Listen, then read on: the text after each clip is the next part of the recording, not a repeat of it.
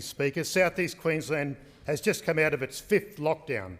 We know such lockdowns are necessary, but there is a financial and human cost with each one. Local businesses suffer, casual staff lose wages, and the education of our children is disrupted. And with each lockdown, people are getting more and more frustrated, and so they should be. Prime Minister Morrison has been paid well to do 2 jobs during this pandemic: provide a safe national quarantine system and a speedy and effective vaccine rollout, and he's failed on both counts. He promised we'd be at the front of the global vaccine queue. He promised 4 million Australians would be vaccinated by March. He promised all Australians would have the opportunity to be vaccinated by October this year.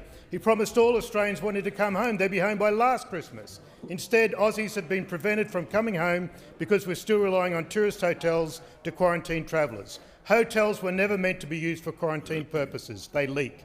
Today, 3 states are in lockdown. About 13 million Australians in lockdown, the New South Wales lockdown alone costing about $1 billion a week.